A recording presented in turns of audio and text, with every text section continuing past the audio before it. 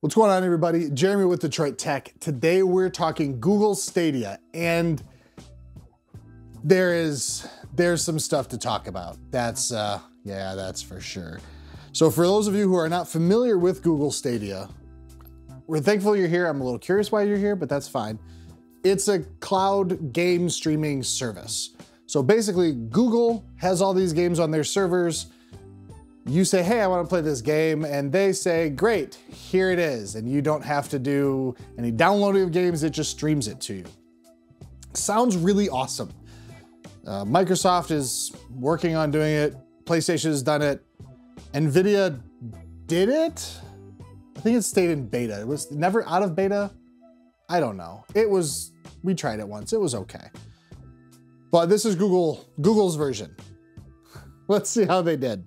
So when Google released this, you could get the Founders Edition.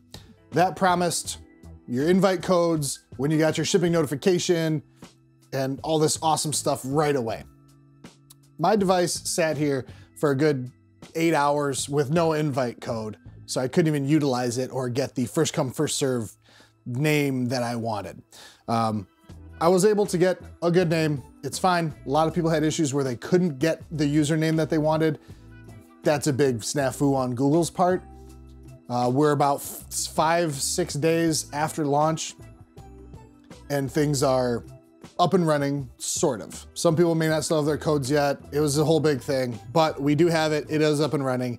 Let's see how it actually performs. So setup was pretty easy. Plug the code into the app, follow the directions, hit the button a bunch, and you're pretty much it. You know, connect the new Chromecast to your TV, set that up, connect the controller, and I'm off and running.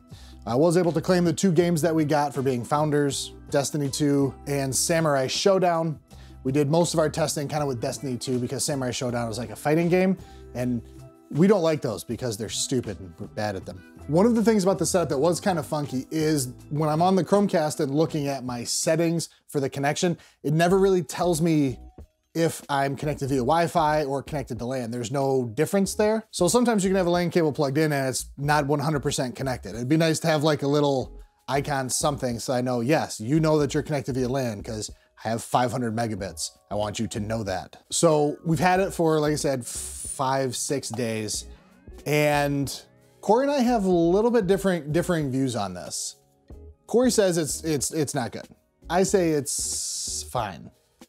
But both of our opinions kind of have some caveats and just depends on what you're doing with the game. So at its best, on a 500 megabit internet connection, it was basically playable. But that's only considering we were doing first-person shooter stuff, no PvP. I wasn't trying to fight anybody else because there was, let's just say, a noticeable amount of, there was a lot of input lag. It would be better at times, it would be worse at times. But using the controller on the TV, there's definitely a lot of input lag. So if you're trying to do PvP, an arena, something like that, it's not going to be good. Running around, just doing kind of whatever in Destiny and shooting, it'll be okay, it'll be playable, but it takes some getting used to. It's not great. Like, that input lag was worse on Google Stadia than any console, any PC I've ever played on. Like, including online games, including Modern Warfare Black Ops 2 in 2012 or whatever that was, while somebody else is streaming Netflix on the back on like a 12 megabit internet connection. Like, the input lag is pretty bad. Now, I'm talking latency is bad for, Destiny or something like that, or PvP is gonna be terrible. Now, for some games, it might not be that bad. Think a Civilization game where you're just kind of clicking over here and doing this. You're not really expecting as soon as you click, it needs to happen.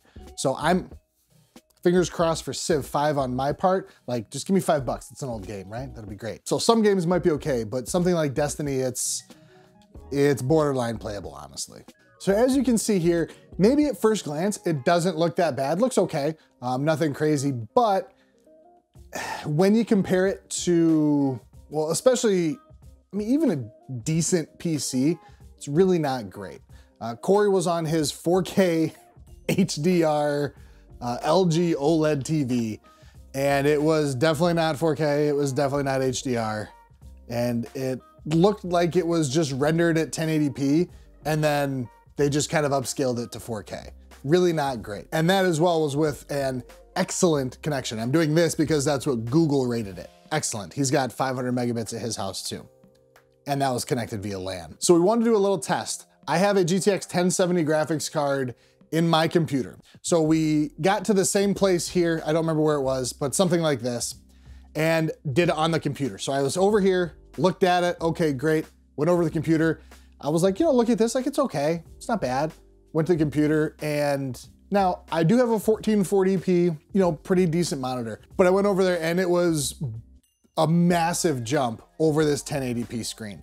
Way more than 1080p to 1440. And speaking of the comparisons, I sat here for about, let's say 10 minutes or so and played Destiny, and went over and immediately sat down and played on my computer, and it was hilariously bad, the difference at like massive difference.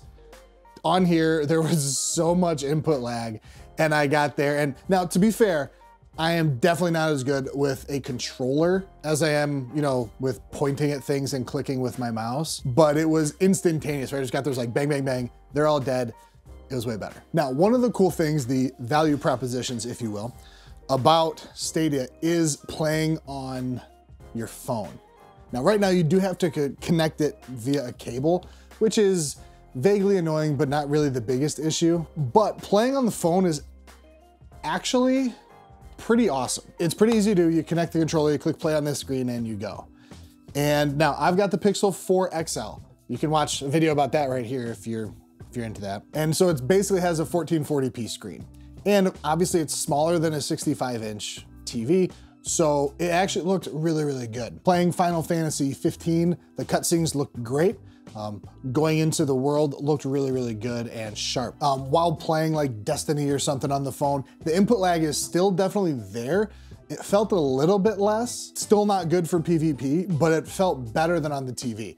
This is on, again, I've got a 500 megabits per second internet speed with Google on-hub router, so it's running at pretty quick speeds. Playing on the phone can be a really useful thing if you, let's say, don't like the games that are on Switch or something like that. You want actual computer games, or somebody wants to watch TV while you want to play. That can actually be pretty useful. The audio coming out of the controller is a little bit thin, but it's perfectly fine. I don't know, maybe if you're looking at something that's gonna have more feeling, I don't know, like let's say Final Fantasy VII might be a bit lacking, but overall it's perfectly fine. Now, one of the really cool things about this, supposedly, is you're gonna be able to play on your computer through just the Chromecast browser. Now, neither me nor Corey tried this at work, and it definitely didn't not work because of the firewall. When playing in the Chrome browser, the lag was the input lag, I should say, was definitely still there.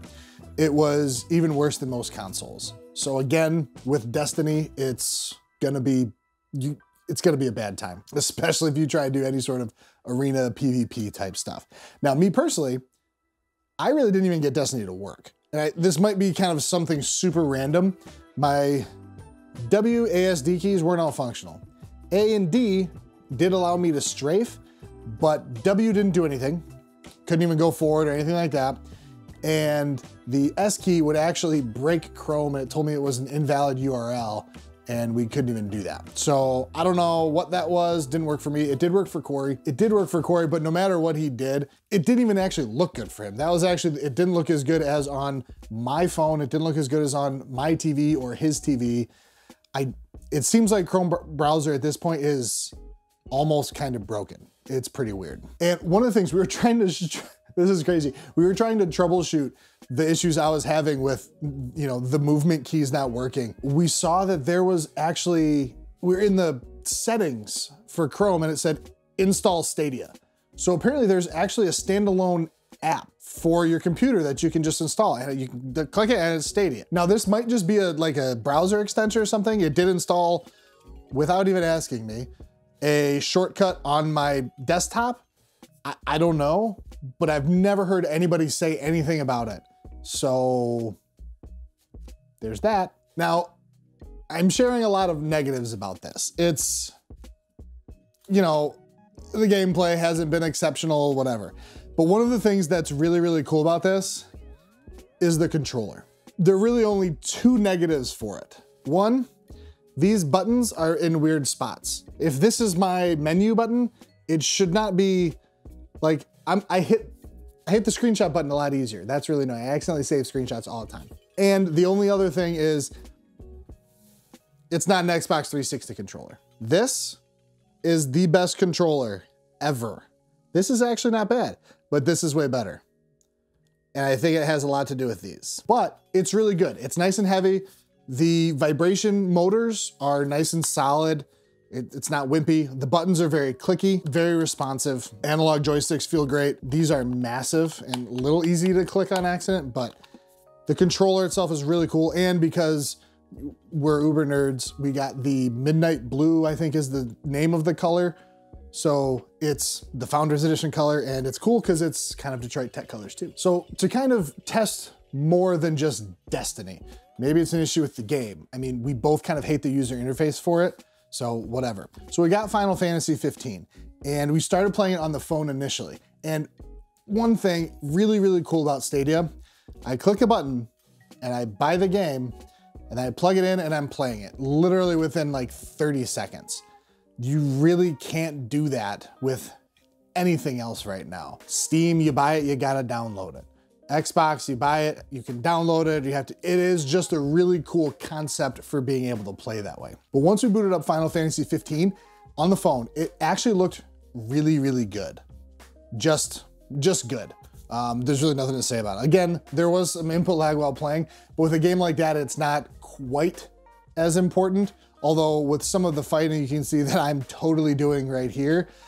You need a little bit of timing, but it's really not bad. For games like this, it can kind of just fade away. The input lag can kind of fade away just a little bit and let you really enjoy the game. Now, one of the things we did want to test is switching from, you know, this connected to my phone and then coming out and playing on the TV. It was wonky. Well, I also went from the TV to the phone as well. It was weird. The controller has issues knowing what to connect to. We finally figured out the way to really do it is to be playing the game on the TV while everything's still going, plug the phone into the controller, and then go from there. And then it picks up right where you left off. It even says it gives you 5 minutes. So that part is really, really cool. You don't have to save the game and then do that and load the game. It just comes up, you're playing exactly where you left off. It's not even like a save game point. That is a really good thing that they can do. So with all of that said, should you really buy Google Stadia? And honestly, I can't really recommend it at this point. Maybe in the future I'll be able to, I don't know, but right now, no. There's just too many missing features. You can't have 4K on the computer. Ugh, that's annoying. The app still has a lot of missing features. You can't, while you're playing on the phone, you can't save screenshots. This dedicated Google Assistant button on the controller doesn't work yet. I don't know why. I thought they already built that. Maybe I'm confused with how long I've been using it on my phone. There's no save state sharing. It's just missing a lot of things that they said they were gonna have. I understand wanting to focus on the main thing of gameplay and getting that to work first, but it sure sounded like they were gonna have all of this stuff at launch. So that is pretty frustrating. The only person I could even kind of recommend this to is the mobile gamer. Now, that does not mean you can take this outside of your house. In fact, that would probably not work at all. But I just mean mobile in terms of you want to play it with a controller. They do have a cool claw accessory that hooks up on the controller, puts your phone right here. If you want to use it that way, within easy distance of a good Wi-Fi connection, it's actually pretty cool. Of course, you have to have a Pixel phone too, but that's beside the point. It's supposed to roll out more later. The phone experience was by far the best experience. And as far as mobile consoles go, you've got the Switch, the Nintendo 3DS, or whatever their current one is. And that's kind of it. I'm sure there are some other ones I'm forgetting, but it's basically Nintendo or nothing. This allows you to play PC games, console games on your phone. You don't have to just have Nintendo games. So that's pretty cool. But if you are hoping to have a console-less home theater setup, I just don't think this is for you. But maybe in 6 months or so, maybe we'll have something to say then. So thanks for watching, everybody. If this video was helpful, thumbs up and subscribe. If Stadia is the future that is here now, I guess you can hit the thumbs down. I just don't agree with you. Either way, let us know in the comments below.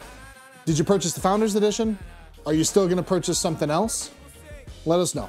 We'll see you in the next one.